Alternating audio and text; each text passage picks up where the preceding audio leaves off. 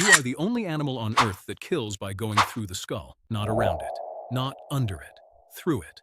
And it still isn't enough to save you. You can swim. You can climb. You can bring down a caiman in open water. You can crack a turtle shell with one bite that no other cat on Earth can replicate. You are pound for pound, the most powerful jaw in the Western Hemisphere, and right now, there are fewer than 64,000 of you left. Drop a comment below. What do you think is killing the jaguar faster?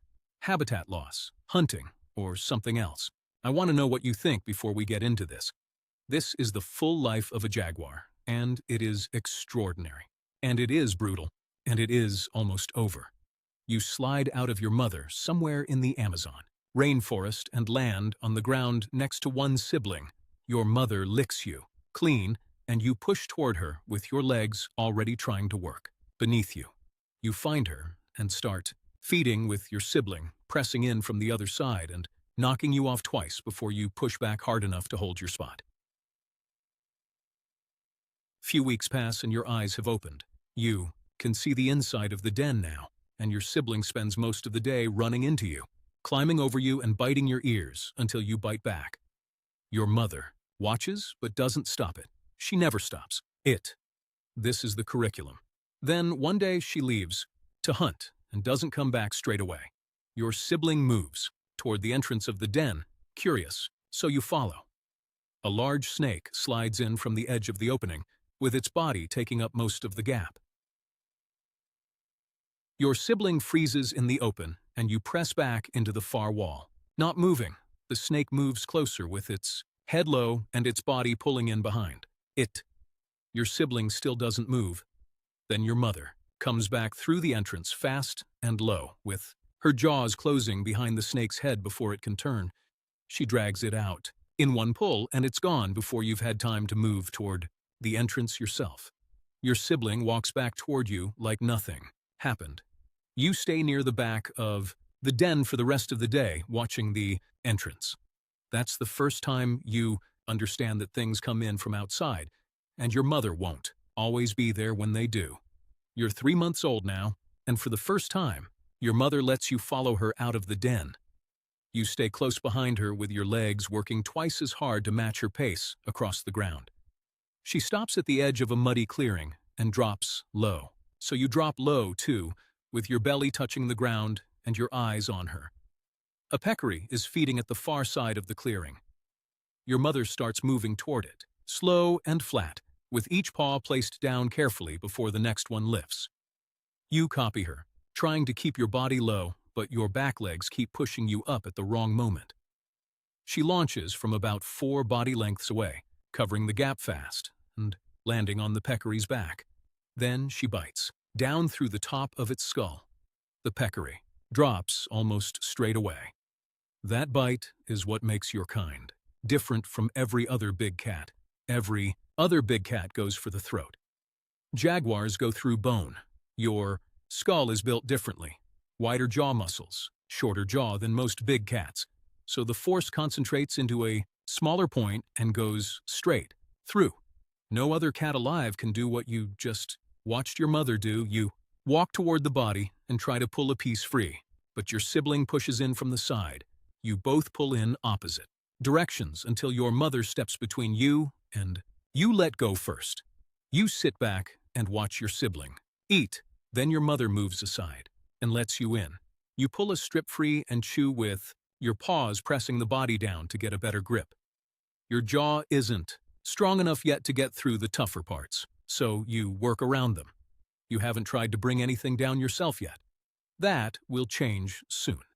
And it won't go the way you expect. You're 7 months old now, and you've been watching your mother hunt long enough that you think you understand it. One morning, while she's resting nearby, you spot a large bird feeding on the ground about 20 body lengths away. You decide to try it yourself. You drop low and start moving toward it, copying the flat crawl your mother uses, but your back legs keep pushing up too early.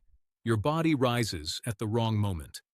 The bird lifts its head, looks straight at you, and walks away before you've covered half the distance. You speed up, and it takes off, clearing the ground easily and disappearing into the branches above. You stop where it was standing and look up. Here's what the nature documentaries don't tell you. Young jaguars fail constantly. Hunting. Success rates for adults are already only around 1 in 3 attempts. For a 7-month-old who can't keep his back legs low, much worse. You walk back toward where your mother was resting, but she's moved. You track her by following the broken ground, where she walked, and that's when you stop at a patch of bark. On a wide tree trunk, deep claw marks dug into it. A strong marking left by something much larger than your mother. You've never crossed anything like it before. Your mother appears from the side, reads the marking with her nose close to the bark, then turns and starts walking the other way. She moves faster than usual, so you follow without stopping to look back. You don't know what left that marking, but your mother's reaction tells you it wasn't something she wanted to be close to. Whatever made it is bigger than her, and it considers this ground its own. You're 18 months old now, and you're almost the same size as your mother. She's been taking you and your sibling to the river more often. Today she stops at the bank, where a large caiman is sitting with its body half out of the water. Your mother moves to the left side without making a sound, then looks back at you and your sibling. Your sibling goes right, circling wide to get to the other bankside. You stay behind your mother and wait, watching the caiman. Your sibling moves in too early. The caiman's head swings toward the movement and its body starts turning toward the water. You don't wait for your mother. You go straight at it from behind, throwing your full weight onto its back and pressing it into the ground before it reaches the water. It twists hard under you, but your weight keeps it from turning all the way. Then your mother comes in from the side and bites through the back of the skull. The caiman stops moving. The 3 of you stand over it. Your mother eats first, then steps back and lets you in. That's the first time your size actually did something useful. A few months ago, you couldn't have held that caiman down. Now you can, but your mother has started leaving the 2 of you alone for longer stretches. The portions she brings back are getting smaller. She's not going to keep feeding you much longer, and you both know it. You're 2 years old now, and one morning, your mother walks away from the den and doesn't come back. You wait through the day and into the next morning, but she doesn't return. Your sibling leaves in one direction. After waiting a while longer, you go the other way. Here's what that moment costs. Statistically, young jaguars dispersing from their mothers face mortality rates as high as 50% in the first year alone. Starvation, territory, fights, ranchers, roads. Half of them don't make it to year 3. You move through ground you've never covered before, marking trees and rocks as you go to lay out the edges of somewhere that might become yours. After 2 days of moving, you come out onto a wide sandbar along the river where a large river turtle is sitting. You need to eat. You walk toward it, flip it onto its back with one paw, and bite down through the shell. It takes several bites, each one pressing harder than the last, but the shell cracks and you get to the meat inside.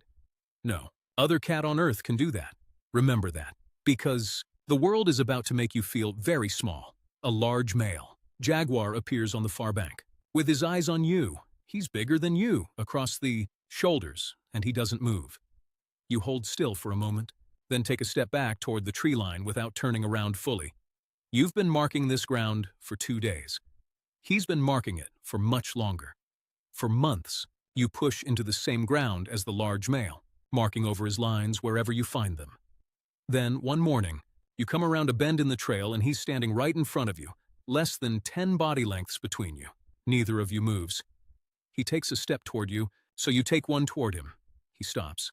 Then he comes forward fast, swinging one paw across your face and opening a cut above your eye. You pull back, turn, and move away into the trees. Not running, but not stopping either. Tell me in the comments, would you have stayed or left? Because what happens next is the part most animals get wrong. The cut above. Your eye pushes blood down across your face as you walk.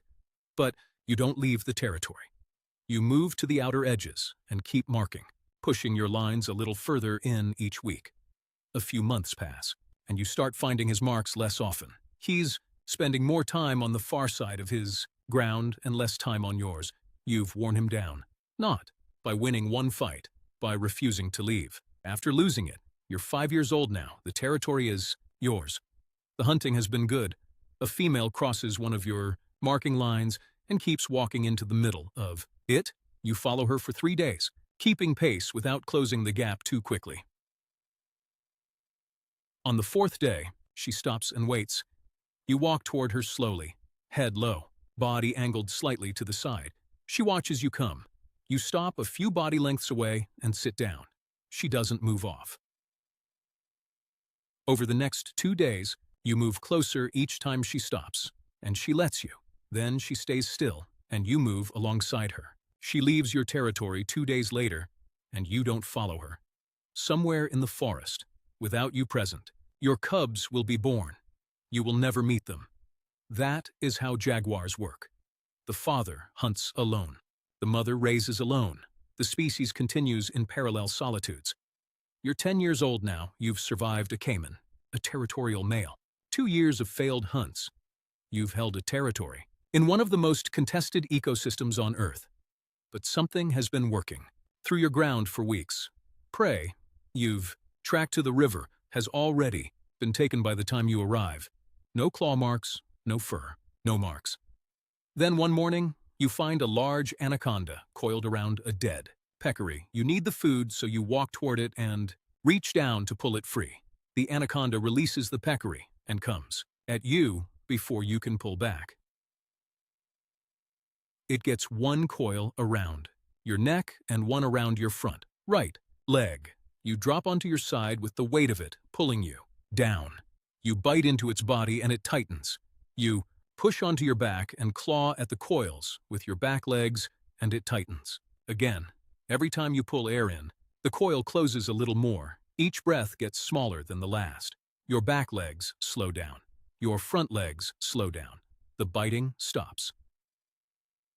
By the time the forest starts moving around the clearing again, there isn't much left of you on the ground. You were the strongest jaw in the Western Hemisphere. You could crack bone, crack shell, crack caiman skull. You held a territory against an animal bigger than you. Not by winning, but by refusing to leave. You survived everything the rainforest put in front of you. And the anaconda got you anyway. But here's what the anaconda didn't get. The 64,000 jaguars still alive right now are losing ground to something the anaconda never heard of. Deforestation, cattle, ranching, poaching, roads cutting through, territory that took generations to establish. The jaguar's range has shrunk by more than 50% in the last century. Not because jaguars got weaker, because the forest got smaller. Subscribe and tell me in the comments which animal do you think we are closest to losing forever and nobody's talking about it?